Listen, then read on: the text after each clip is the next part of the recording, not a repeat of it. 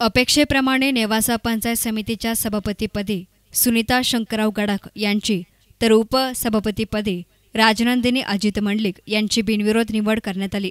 नेवासा पंचायत समितीच्या सभापती आणि उपसभापतीपदी निवडीच्या कार्यक्रमामध्ये निवडणूक निर्णय अधिकारी म्हणून प्रांताधिकारी वामनराव कदम तर सहाय्यक निवडणूक अधिकारी म्हणून गटविकास अधिकारी सुधाकर मुंडे यांनी काम पाहिलं।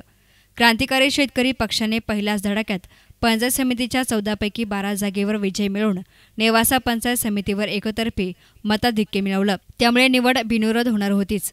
माजी आमदार शंकरराव गडाखांच्या पत्नी सुनीता गडाख या सभापती होण्याची खात्री असल्याने स्वतंत्र क्रांतिकारी पक्षाचे कार्यकर्ते मोठ्या संख्येने पंचायत समितीच्या आवारात जमा झाले होते।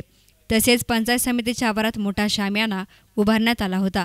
सभापती पदासाठी सुनीता गडाख यांना सूचक म्हणून वैशाली एडके तर उपाध्यक्षपदासाठी राजनंदिनी मंडलिक यांना किशोर जोजार यांनी सूचक म्हणून प्रत्येकी एकमेव अर्ज आल्यामुळे त्यांची बिनविरोध निवड झाल्याचं घोषित करण्यात आलं आणि त्यानंतर फटाक्यांची मोठी आतषबाजी करण्यात आली।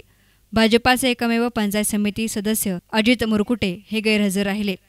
हजारो कार्यकर्त्यांच्या उपस्थितीत सुनीता गडाख यांचा सत्कार आणि राजनंदिनी मंडलिक यांचा सत्कार माजी आमदार शंकरराव गडाख यांच्या हस्ते करण्यात आला। याप्रसंगी बोलताना सुनीता गडाख म्हणाल्या की ही जबाबदारी पार पाडताना आपणास ज्येष्ठ नेते यशवंतराव गडाख यांचे आशीर्वाद मिळाले आहेत। प्रामाणिकपणाने शेतकरी, गोरगरीब आणि महिलांसाठी मोठे काम उभे करून या पदाचे सोने करड आणि आम्ही माणसे सांभाळणारे लोक आहोत। बाईट न्यूज रिपोर्टर राहुल कोळसे, एस9 मीडिया, नेवासा।